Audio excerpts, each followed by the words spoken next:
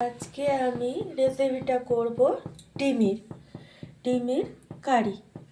তার মধ্যে আমি আগে সেদ্ধ করে রেখেছিলাম ডিমটা আর আলুটা আর 3টা রসুন।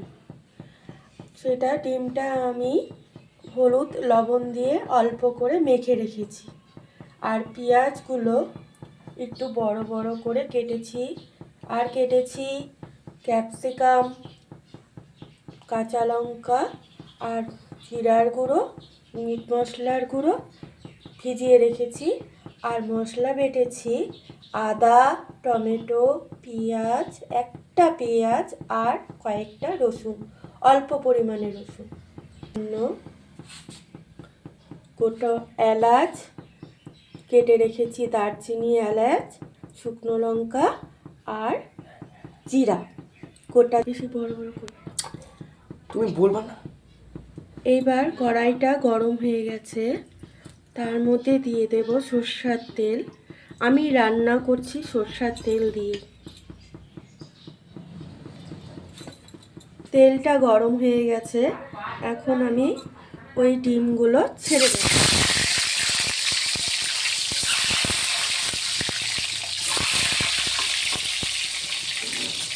ডিমগুলো ছেড়ে দিয়ে হালকা করে আমি ভেজে নেব। বেশি পরিমাণে ভাজবো না, হালকা করে ভাজবো। ডিমগুলো ভাজা হয়ে গেছে, আমি এই পরিমাণে ডিম ভাজি। এখন উঠিয়ে নেব।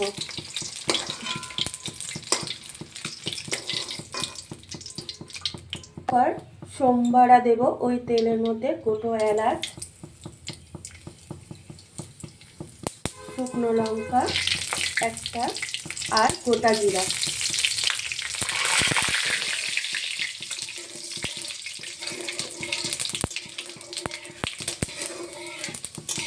সোমবারা হয়ে গেছে, এখন এর মধ্যে দেব ওই কেটে রাখা পেঁয়াজগুলো।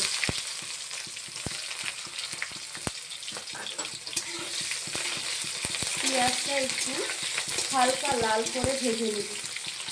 পেঁয়াজগুলো হালকা লাল হয়ে গেছে, এরপরে দেব লবণ, পরিমাণ মতো লবণ।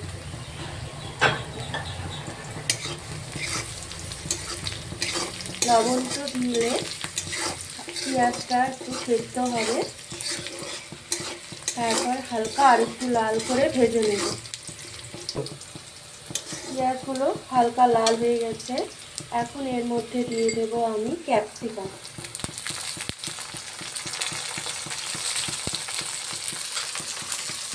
ক্যাপসিকাম দিয়ে হালকা করে ভাজবো, বেশি ভাজবো না, হালকা পরিমাণে ভাজবো। এখন ভাজা হয়ে গেছে ক্যাপসিকাম পেঁয়াজগুলো, এখন দিয়ে দেব জিরার গুঁড়ো আর মিট মশলার গুঁড়ো ভিজিয়ে রেখেছিলাম, সেটা দিয়ে একটু হালকা পরিমাণে নাড়াচাড়া করে নেব। তারপর দিয়ে দেব এর মধ্যে হলুদ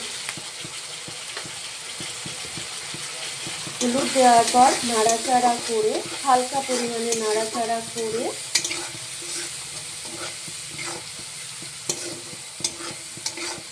এর মধ্যে দিয়ে দেব এখন আগে থেকে বেটে রেখেছিলাম মশলাটা, আদা, পেঁয়াজ, টমেটো, রসুন, সেটা।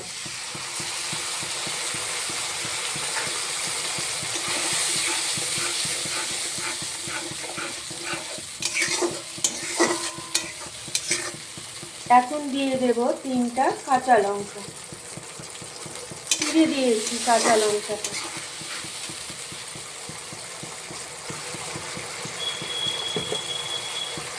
কালার হওয়ার জন্য এখন দেব কাশ্মীরি লঙ্কার গুঁড়ো।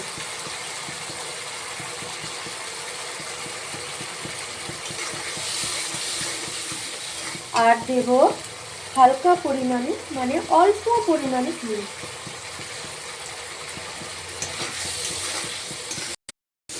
মশলাটা ভাজা ভাজা করা হয়ে গেছে, এর মধ্যে দিয়ে দেব সেদ্ধ করা আলুগুলো, কেটে রেখেছিলাম ছোট ছোট করে পিস করে, সেটা দিয়ে এখন মশলাটাকে আরেকটু কষিয়ে নেব। এরপরে দিয়ে দেব সেদ্ধ করা রসুনগুলো দিয়ে আরও ভালো করে মশলাটা কষিয়ে নেব। ডিমের মশলাটা ভালো করে না কষালে ভালো টেস্ট হবে না। এই মশলাটা ভালো করে কষিয়ে নিতে হবে।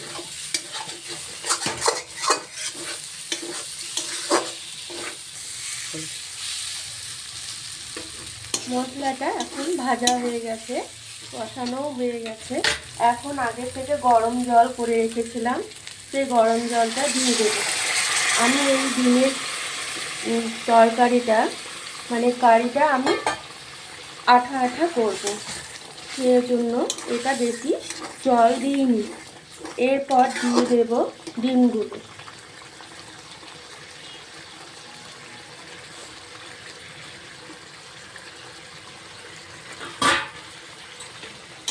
ডিমগুলো দিয়ে ভালো করে নাড়াচাড়া করে নেব, যাতে ডিমের ভেতরে মশলাগুলো ঢুকে যায়।